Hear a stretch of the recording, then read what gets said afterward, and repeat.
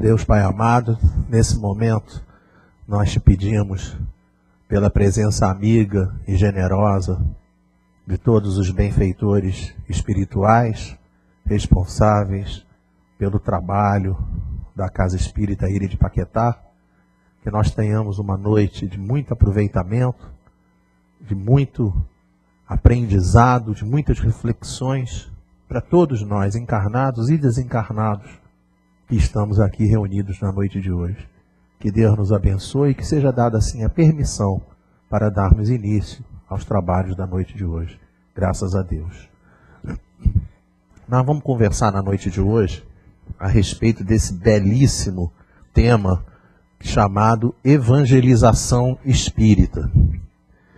Aqui, essa primeira imagem já tenta nos dar essa ideia, né, do que se espera da evangelização espírita.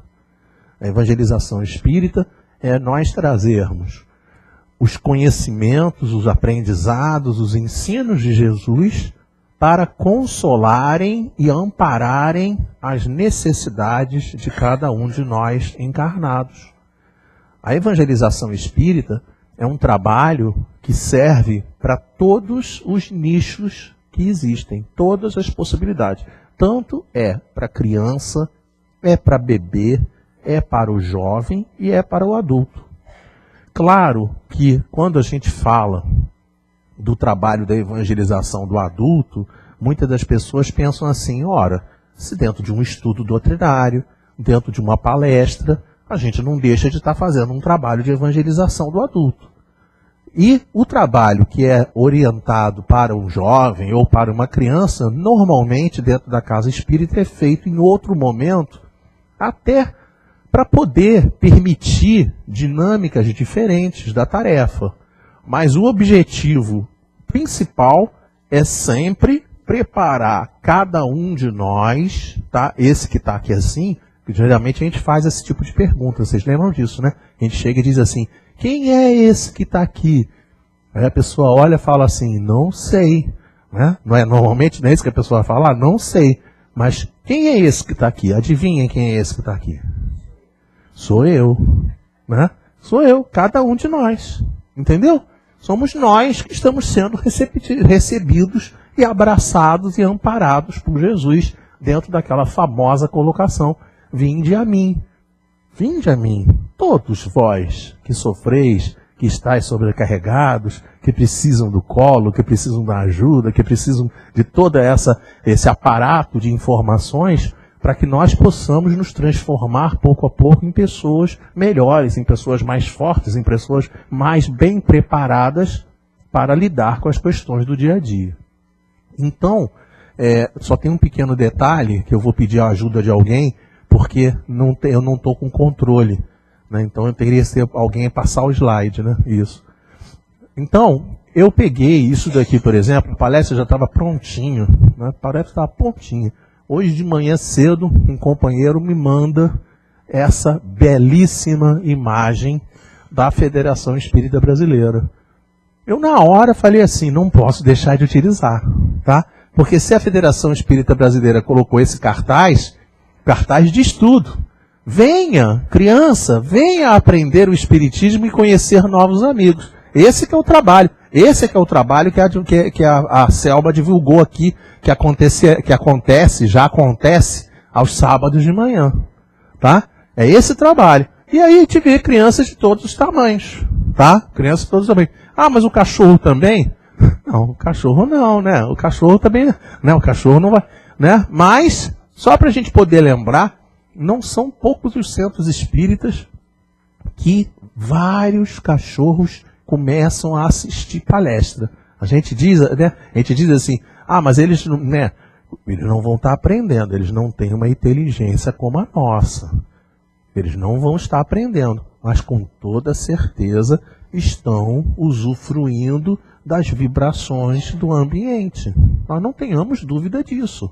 Tá? Quanto mais harmonia a gente tiver no ambiente, melhor o animal se sente. Tá? Isso é natural. E é por isso que acontece essa situação de virem cachorros, virem animais no centro espírita. imagem, ela estava acoplada, ela estava totalmente ligada a uma questão do Livro dos Espíritos, que é a questão de número 383, que diz para a gente que encarnando-se com o fim de se aperfeiçoar, essa frase aqui é uma frase que também está em total harmonia com uma outra questão do Livro dos Espíritos, a questão de número 132, que diz para a gente que um dos objetivos nossos na encarnação é progredir, é se aperfeiçoar, é se melhorar. Então, de fato, encarnando-se com o fim de se aperfeiçoar, o espírito é mais acessível durante o tempo da infância. Esse tempo aqui é o tempo da infância. Por isso que Jesus falava em determinado momento, vinde a mim as criancinhas. Quanto mais rapidamente nós conseguirmos levar os conceitos de Jesus para os jovens, mais rapidamente eles vão adequar os seus comportamentos no dia a dia aos ensinos de Jesus. Lembrando que no nosso caso, a gente fala que é o ensino de Jesus porque Jesus é o nosso paradigma, Jesus é o nosso modelo, Jesus é o nosso guia. Então, coloca, o espírito é mais acessível durante a infância, as impressões que recebe e que podem ajudar o seu adiantamento, para o qual devem contribuir os que estão encarregados da sua educação. Aí a pessoa fala, então, quem são as pessoas encarregadas da educação dos jovens e das crianças? Todos nós. Claro que em primeiro lugar os pais. Claro que em primeiro lugar os pais. Mas às vezes a gente pensa... Tem uma nuance muito interessante que às vezes passa despercebida da gente. Que às vezes a gente pensa que a educação ela é feita através somente pelo modelo palestra, pelo modelo professor, pelo modelo pai. Mas na realidade o exemplo é uma coisa espetacular. Então, todos nós temos responsabilidade. Se a gente entrar num determinado lugar, não tenhamos dúvida disso. Se a gente olha um papel no chão, se a gente pega o papel e joga no lixo, todos os jovens e todas as crianças que veem esse tipo de coisa ficam com aquela ideia na cabeça. Opa, o certo é pegar o papel e jogar no lixo. Em contrapartida, se nós pegamos o papel e jogamos no chão, eles ficam pensando, pode jogar papel no chão. Então, na realidade, cada um de nós, todos nós, temos função educativa em todos os momentos das nossas vidas. Principalmente considerando que nós também educamos aqueles que estão desencarnados. Não é só educar os encarnados. Então, tudo que a gente faz no dia a dia são artifícios para a educação dos nossos semelhantes. Mais ainda para aqueles que estão no período da infância. Tem um vídeo na internet que a gente recebeu que um garotinho muito pequenininho, ele vê um senhor na rua recolhendo latas. E ele recolhe as latas, bota as latas no chão, né, o senhor, e pisa para amassar as latas e depois ensacar para vender. Tá? Ele está fazendo reciclagem. O que o garotinho faz? Ele vai lá e começa a pegar as latinhas e ajudar o camarada. Entenderam? Por quê? Porque aí a pessoa olha e fala assim, nossa, que coisa legal, que simplicidade. Não é simplicidade. Aquilo ali é esse modelo de educação que a gente está, que é o tal alcance de todos nós. Todos nós. Não é só o pai, não é só a mãe, não é só o professor, não é só o vovô e a vovó. São todos nós que temos a responsabilidade, através do exemplo. Se a gente leva o nosso filho para a evangelização, e se o filho começa a se aproximar e se sente feliz, pouco a pouco aqueles que estão ao seu lado vão dizer, por que ele está tão feliz? Por que está tão feliz? Aí você vai dizer, está tão feliz porque frequenta o trabalho da evangelização espírita. Aí a outra pessoa, é óbvio, eu quero ser feliz também. Quem não quer ser feliz? Não é verdade?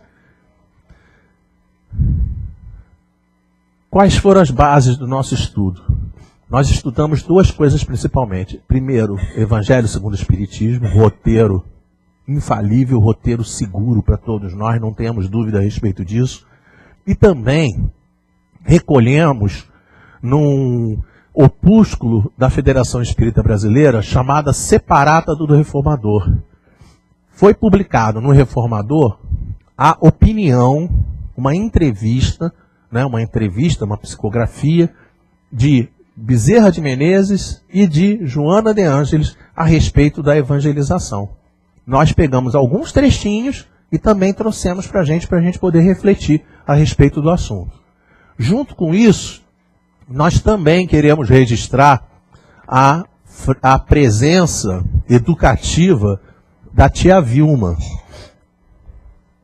Tia Vilma, para quem já teve oportunidade de ver, tia Vilma é expoente de evangelização espírita. As apostilas da Federação Espírita Brasileira, a gente arrisca dizer, as apostilas de evangelização, 50%, 60% das músicas são da tia Vilma. Nos CDs de evangelização, 70% das músicas, tia Vilma. Tia Vilma e tio Wilson. Tia Vilma já desencarnou há vários anos. Eu vou convidar vocês, eu não toco violão, eu arranho violão. Mas eu vou convidar vocês, para quem conhecer a música, a gente cantar essa música juntos. Tá bom? Vamos fazer isso? Vamos lá? Então ouçam só como é que é essa música.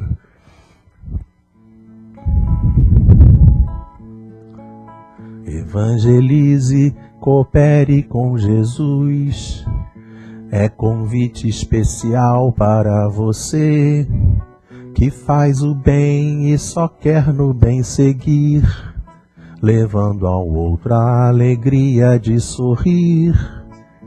Estudar, estudar, servir, servir.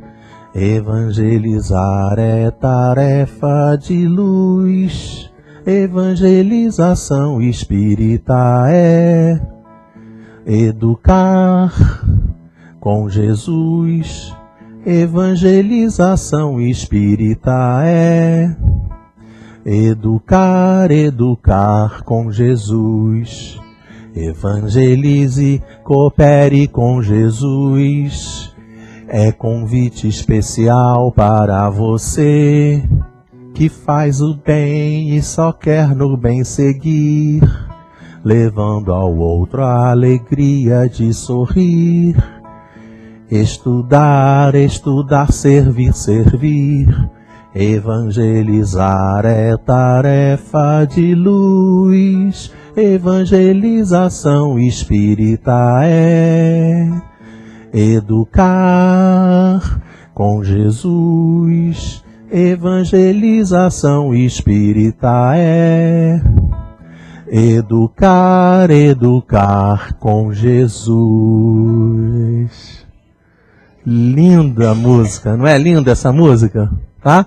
A gente trouxe justamente para poder registrar na parte da arte esse evento, esse esforço de evangelização espírita. Pode falar. Provavelmente deve ter crianças aqui no ambiente. Mas não tenham dúvida que provavelmente deve ter crianças no nosso ambiente. Não tenhamos dúvida disso. Não tenhamos dúvida disso, tá? Então, olhem só. Olha que lindo esse texto que a gente conseguiu recolher. Espiritismo sem aprimoramento moral, sem evangelização do homem, é como um templo sem luz. Para que eu coloquei a imagem dessa menininha aqui assim? Para que isso daqui é um sonho. Isso é um desejo de cada um de nós. Quando a pessoa consegue entender que o seu crescimento, que a sua felicidade são duas coisas, lá no livro Céu e Inferno, Allan Kardec diz, de uma maneira muito eficiente, dizendo assim: o sofrimento, ele é inerente à imperfeição. Quando a pessoa ouve uma frase dessas, muitas pessoas ouvem e ficam pensando de maneira negativa. Mas na realidade, o que a gente tem que ouvir com uma frase dessa é justamente o complemento da frase. Por quê? Se o sofrimento está totalmente ligado à imperfeição, paralelamente, a felicidade está ligada à perfeição. Então, para cada um de nós, não existe nada mais importante do que a evangelização de cada um de nós. Quando a gente leva a questão, por exemplo, se a gente chega para um pai, se a gente chega para uma mãe e pergunta assim, o que você mais quer na sua vida? 99% dos pais dizem assim, não vou dizer 100, tá? Queria dizer 100%, infelizmente tem pai que não age dessa forma. Mas a maioria esmagadora dos pais e das mães abrem mão da sua própria felicidade em favor da felicidade do filho. A pessoa quer que o filho seja feliz.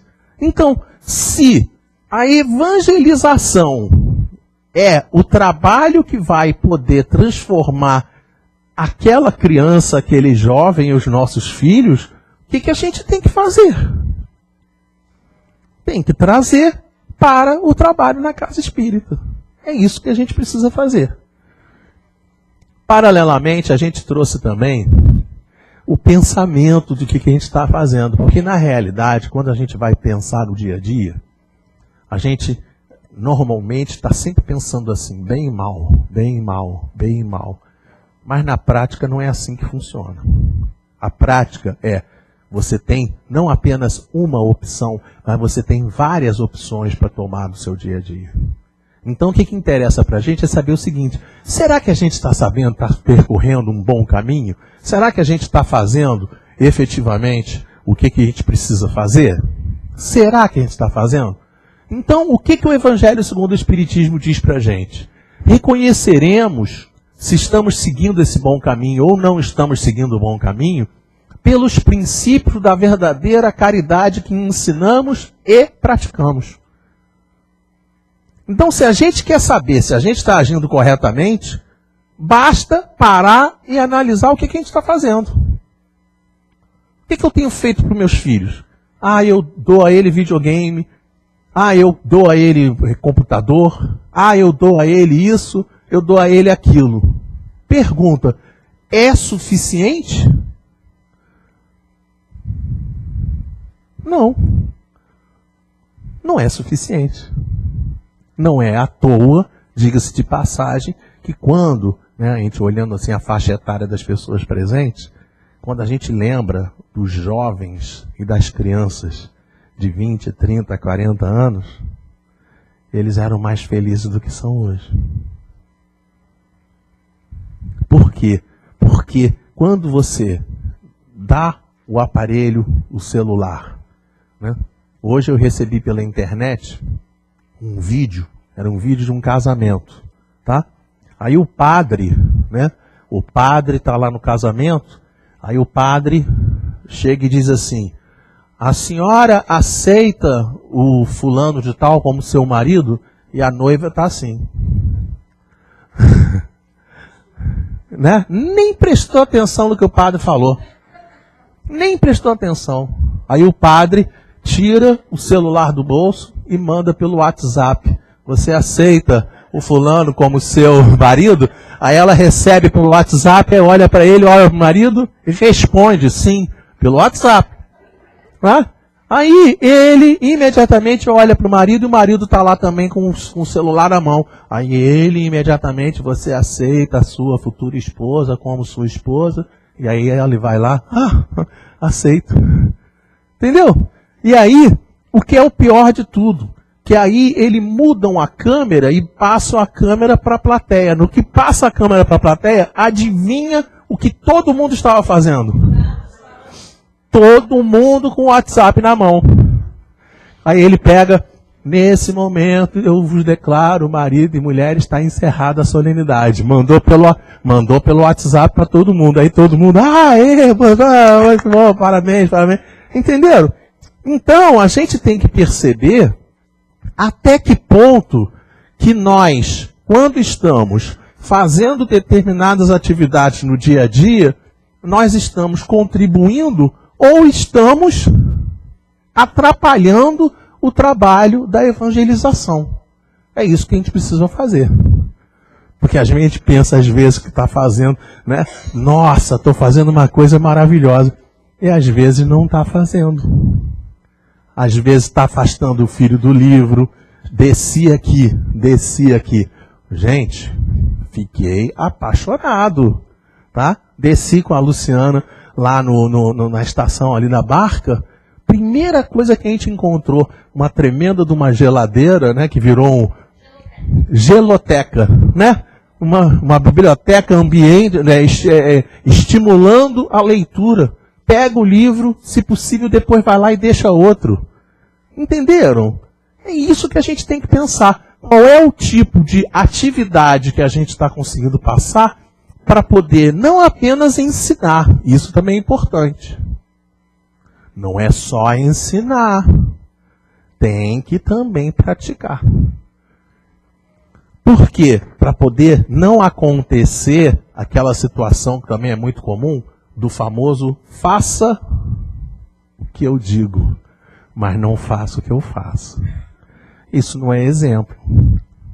Faça o que eu digo, mas não faça o que eu faço. Sabe o que é que acaba acontecendo? Que o exemplo de verdade que fica é o faça o que eu faço. É esse o exemplo que fica.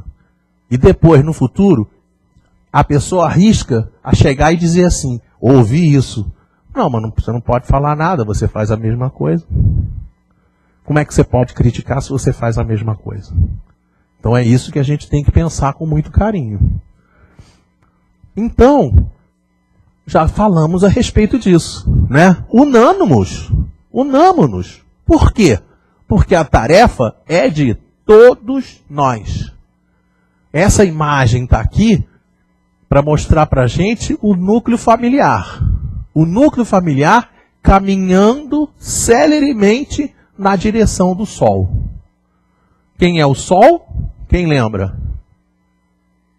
Jesus. Eu sou a luz do mundo.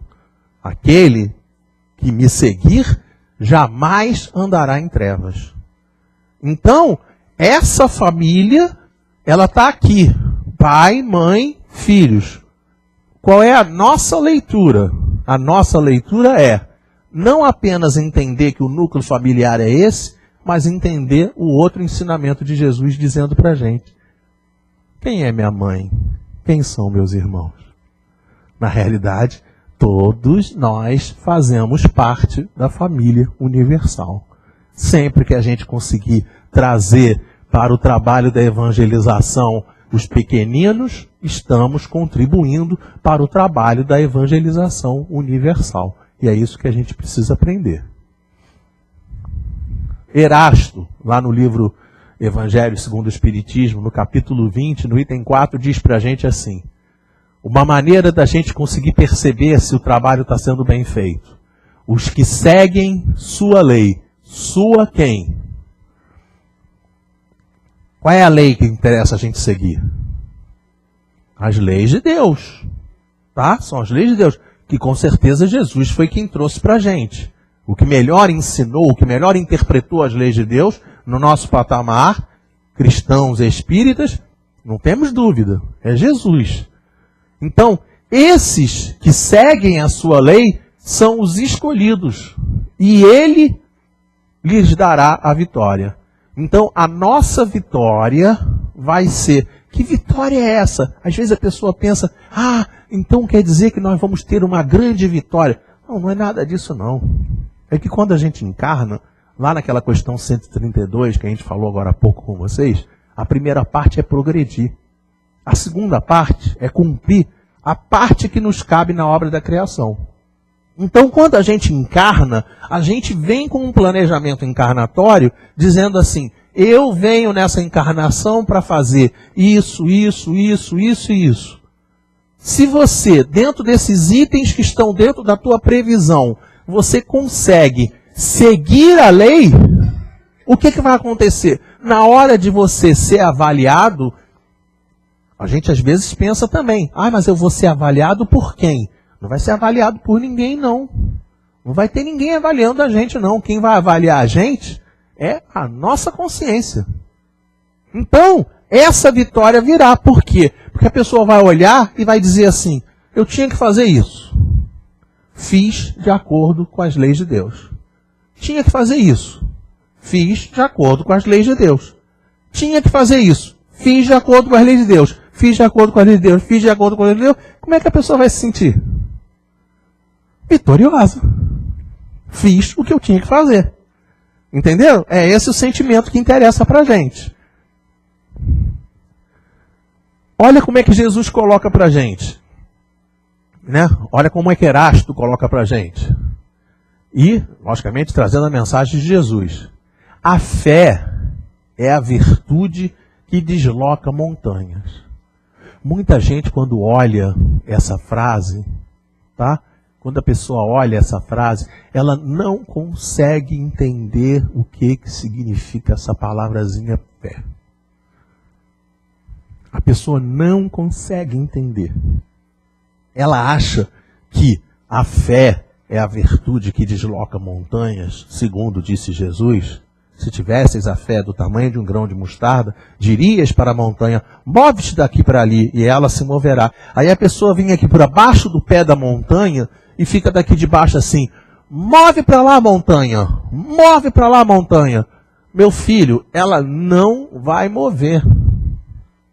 A fé, que essa virtude, fé que está aqui assim, tá? Que tipo de fé é essa? Qual é a fé da doutrina espírita? É a crença de que somos eternos? Qual é a fé da doutrina espírita? É a certeza que vai acontecer. Como é que a gente tem essa certeza? Porque essa fé é de que tipo? Como é que é essa fé? É uma fé raciocinada.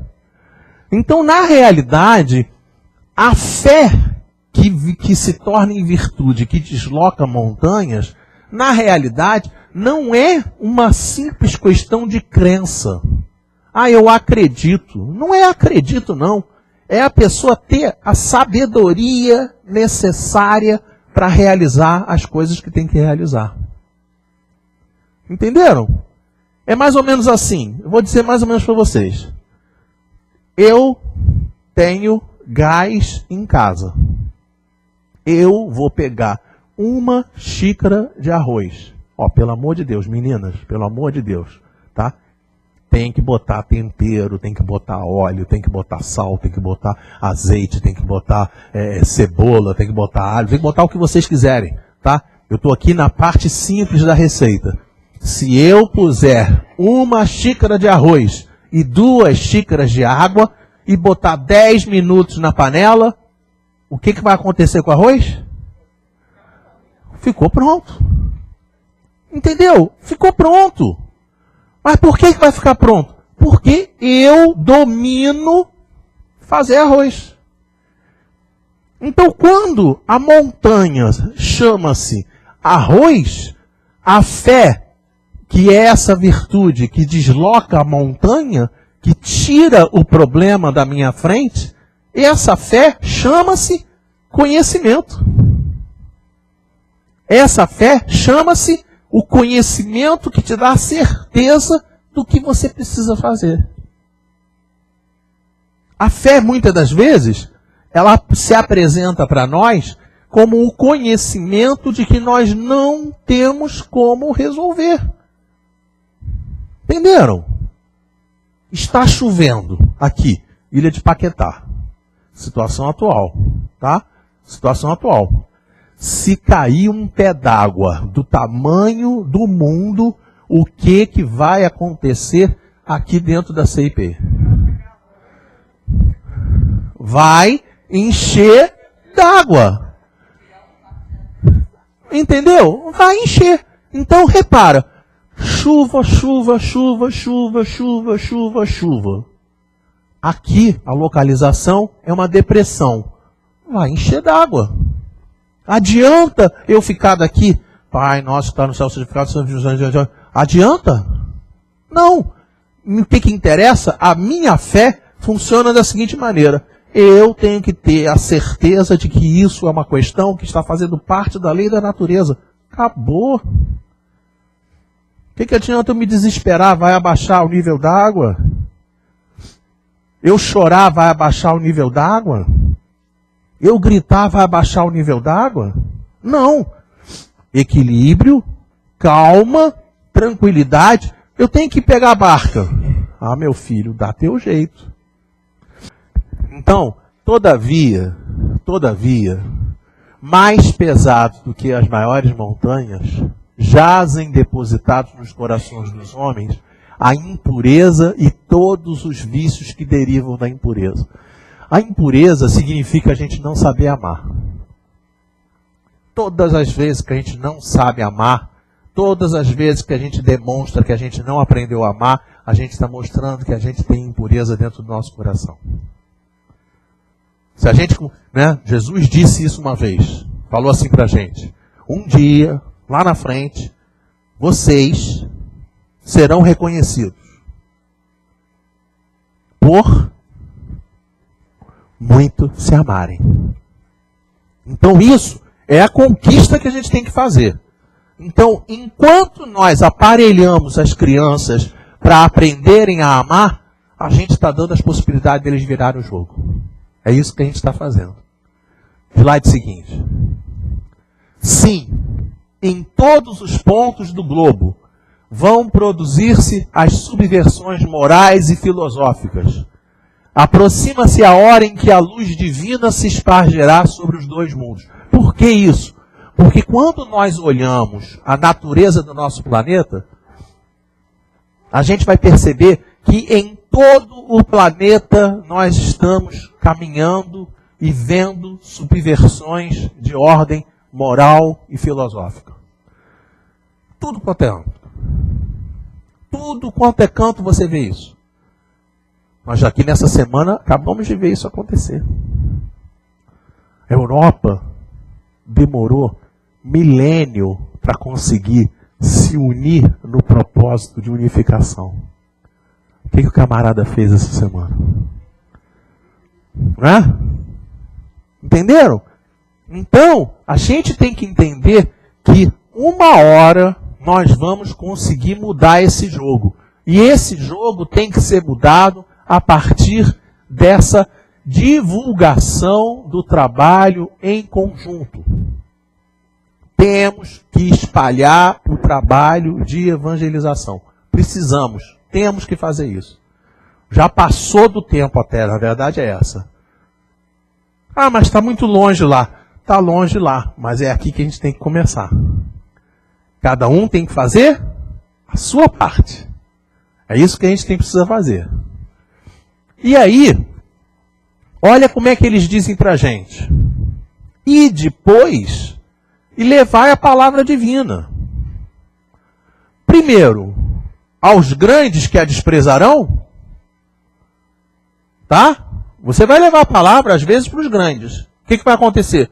Vão desprezar. Você vai levar a palavra para os eruditos.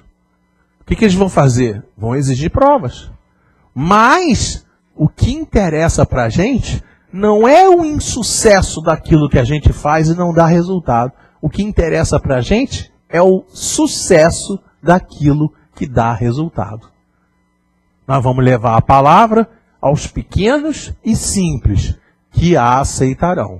Reparem que levar a palavra aos pequenos e simples em nenhum momento deve ser interpretado como sendo levar a palavra. Não é levar a palavra. É levar o bom exemplo.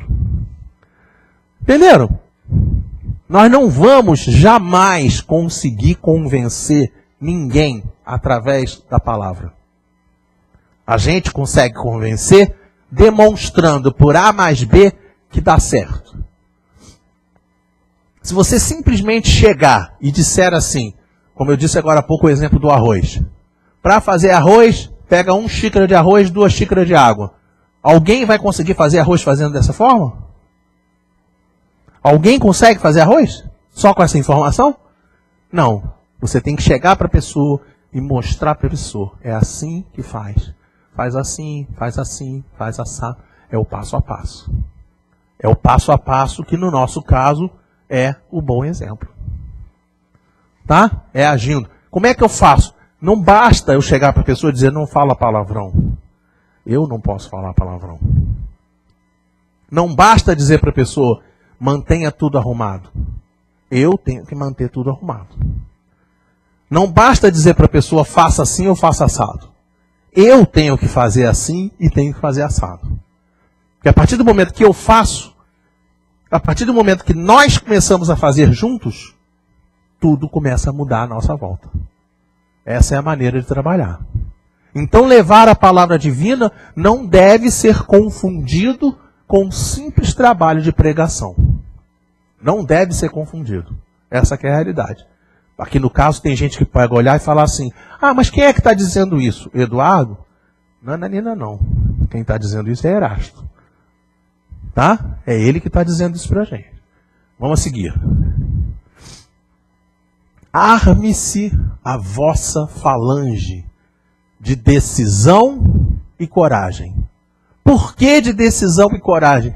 Porque quando vai se fazer qualquer trabalho de evangelização, precisa decisão e coragem. Às vezes o evangelizador vai estar sozinho tomando conta de criança.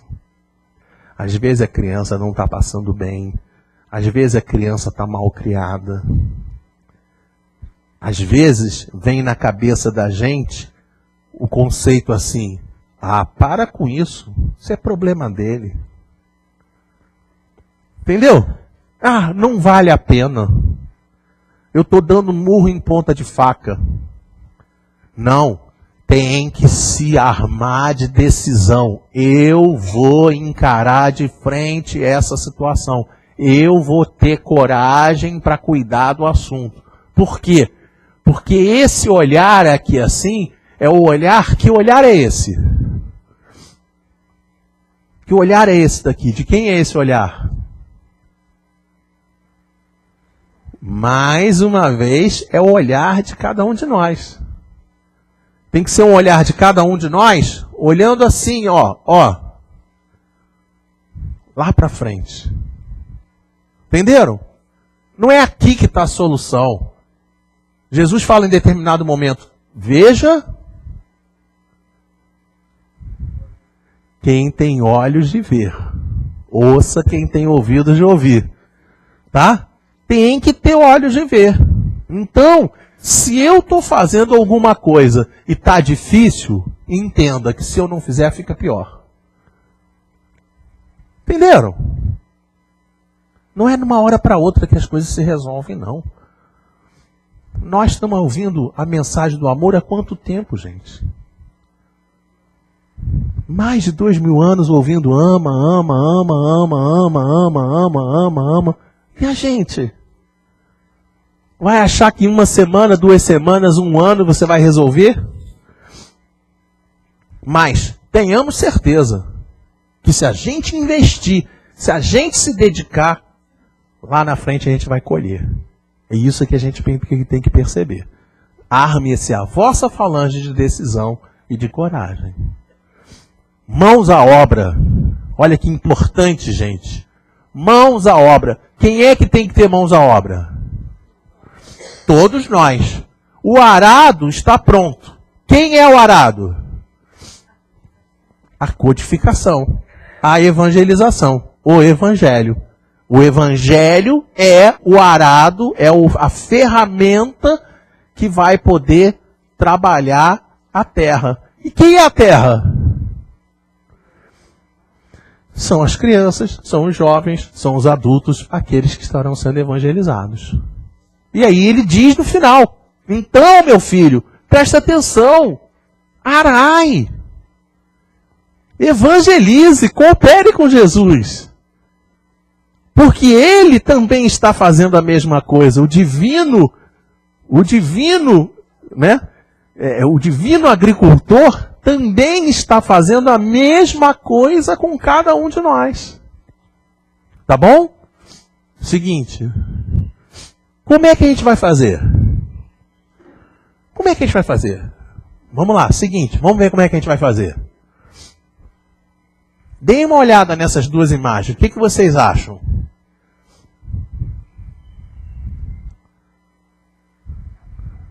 A mesma coisa?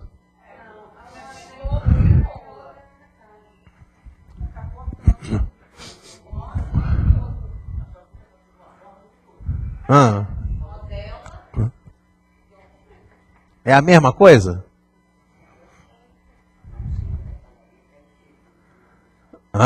Qual é a diferença?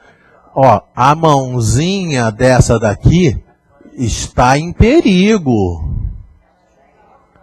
Entendeu? A mãozinha dessa daqui está em perigo. Eu digo com tranquilidade, pode demorar um dia, pode demorar um ano, pode demorar 10 anos. Esse dedo aqui vai ser decepado. Será? Será? Não tem jeito de ser diferente. Não tem jeito de ser diferente. Por quê? Se a pessoa... Não é porque a pessoa... Às vezes a pessoa... Gente, pelo amor de Deus, nunca aconteceu com ninguém de acordar um dia cansado, exausto, e aí derrama um copo de café em cima da mesa? Não acontece isso com a gente?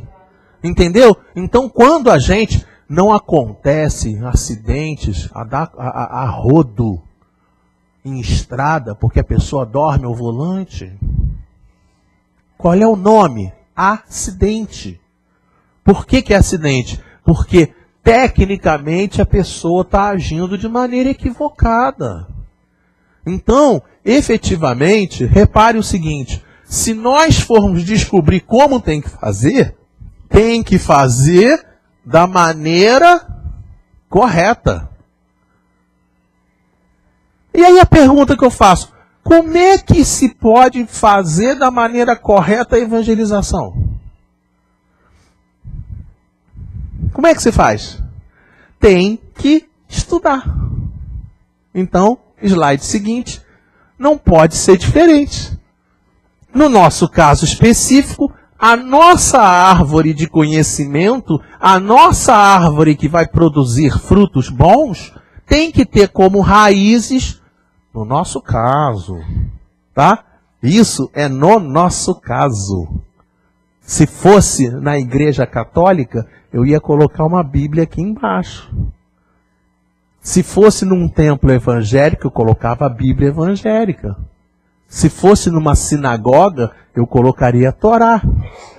Se fosse num templo lá, numa mesquita, eu ia colocar o Alcorão. Entenderam? Mas no nosso caso, eu vou botar o Alcorão? Não, eu vou botar a doutrina espírita como sendo a base que vai construir as raízes que vão construir essa árvore bonita, essa árvore maravilhosa, frondosa, que vai gerar os frutos de boa qualidade. Os frutos serão melhores como cada vez mais essa terra estiver cuidada. Quanto melhores as raízes, melhores as condições do futuro.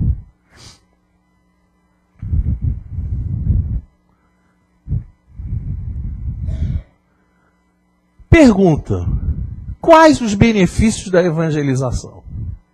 Tá? Quais os benefícios? Seguinte. Olha o que Jesus responde para a gente. Vinde a mim, todos vós, que estáis aflitos e sobrecarregados, e eu vos aliviarei. O benefício direto da evangelização espírita é, com toda certeza, o alívio das nossas aflições, o alívio do que nós estamos sobrecarregados. Tá? Slide seguinte. Quais os benefícios? Não, volta. Isso. Pergunta: quem é esse? Jesus. Quem são esses? Nós. O que está acontecendo com esses em relação a Jesus? Como é que é o nome dessa planta? Girassol. O girassol deveria estar como? Deveria estar virado para Jesus. Então reparem, qual é o benefício direto da gente conseguir ter o trabalho da evangelização? Porque a gente vai conseguir fazer com que a humanidade terrestre, que está agindo dessa forma que está aqui, entendeu? Consiga virar na direção de Jesus. No dia que nós conseguirmos fazer com que as crianças virem o seu comportamento e virem o seu olhar na direção dos ensinos de Jesus, o que vai acontecer imediatamente depois? Imediatamente depois nós teremos uma casa mental que também estará calcada em cima dos ensinos da doutrina espírita. Isso daqui, essa casa que é assim, somos nós. Somos cada um de nós. Entenderam? Tudo que a gente for fazendo, tudo que a gente agir, vai ser segundo os princípios da doutrina espírita. O que vai acontecer com cada um de nós? A nossa casa mental vai exalar esse perfume que está aqui. A gente vai andar e a gente conseguirá ver os frutos do trabalho da evangelização. Por quê? Aquela mesma criança que era agressiva vai passar a vibrar carinho, fraternidade, vibrações positivas. A criança que era muito agitada vai se equilibrar. A criança que era de uma maneira vai ficar de outra maneira. O jovem que era de uma forma ficará de outra. E a gente vê, isso a gente vê. Quando a gente trabalha em evangelização, é isso que a gente consegue ver.